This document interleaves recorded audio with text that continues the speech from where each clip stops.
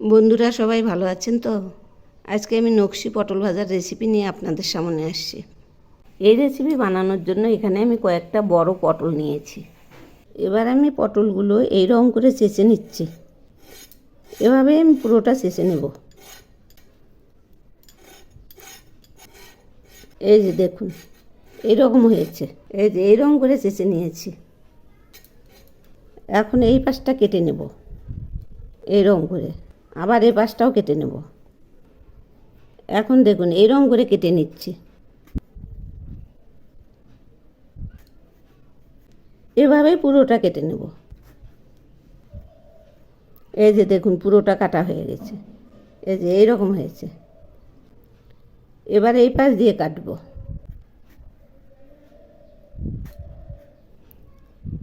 ওই একইভাবেই কাটবো। এই যে দেখুন এইরকম। এভাবেই আমি সবগুলো কেটে নেব। এই যে এইরকম করে।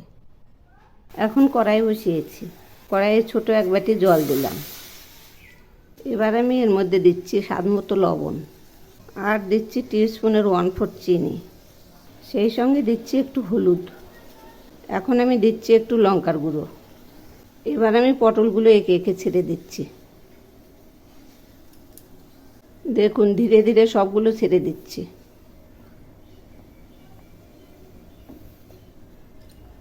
এবার আঁচটা কমিয়ে দিয়েছি। এখন আমি এগুলি একটু ঢেকে দিচ্ছি। এখন ঢাকনা খুলে দিচ্ছি। এবার এগুলি উল্টে পাল্টে সেদ্ধ করে নেব। এই যে এইরকম করে সব উল্টে দেবো।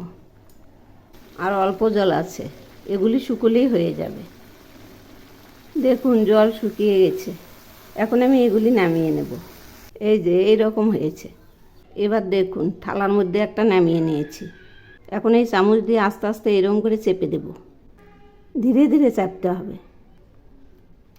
এই যে দেখুন আস্তে আস্তে মেলে যাচ্ছে, একদম পাতার মতো। এভাবেই আমি সবগুলো মেলে নেব। যত ধীরে ধীরে করব তত ছড়াবে।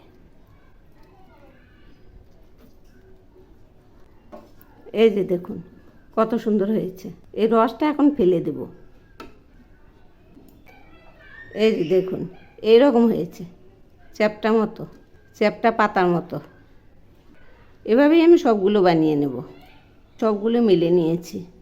এখন আমি এর মধ্যে সামান্য একটু চালের গুঁড়ো ছড়িয়ে দিচ্ছি। অল্প পরিমাণ দিলাম। এবার আমি এগুলি একটু মেখে নেব।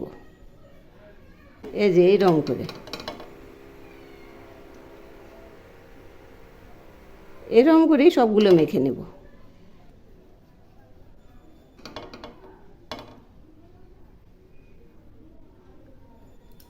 এখন আমি আর একটা কড়াই বসিয়েছি। এর মধ্যে তেল দিলাম। তেল গরম হয়েছে। এখন আমি এগুলি ছেড়ে দিচ্ছি। আর একটা ছেড়ে দিলাম। এবার দেখুন এরকম করে একটু চেপে দেব। এক পাশ ভাজা হয়ে গেছে। এখন উল্টে দিচ্ছি। এটা উল্টে দিচ্ছি। দেখুন একদম ধান ছড়ার মতো, দেখতে একদম পাতার মতো লাগছে।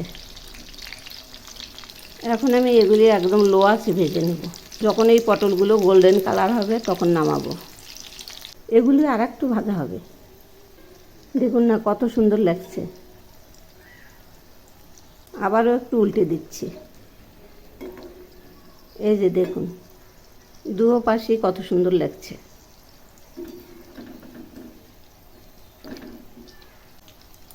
এগুলি এইরকম করে চেপে দিলে যত ছড়াবে তত সুন্দর লাগবে দেখতে। এই যে দেখুন ভাজা হয়ে গেছে। এবার আমি নামিয়ে নিচ্ছি। এইরকম হয়েছে। এভাবেই আমি সবগুলো ভেজে নেব। পটল ভাজাগুলো সব ভেজে নামিয়েছি। দেখুন না কত সুন্দর হয়েছে। এভাবে একবার বানিয়ে খেয়ে দেখবেন, অপূর্ব স্বাদ। একবার খেলে ভুলতেই পারবেন না, এত টেস্টি। আজকে দ্বাদশী, তাই গোপালের ভোগের জন্য আমি এইরকম করে পটল ভাজা বানিয়েছি। এই দ্বাদশী উপলক্ষে আমি গোপালের জন্য এই সব পদ রান্না করেছি।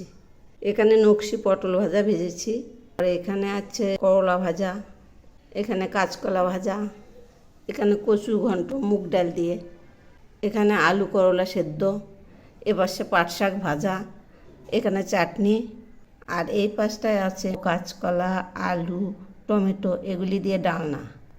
এই পাশটায় বাঁধাকপি আর সেদ্ধ আলু দিয়ে ভেন্ডি রান্না করছে। এই কয়েকটা পদ দিয়ে আমি গোপালের ভোগ রান্না করেছি। আর দেখুন গোপালকে আমি কত সুন্দর করে সাজিয়েছি, কি দারুণ লাগছে না? এখন আমার গোপাল অন্ন গ্রহণ করবে, তাই না গোপাল?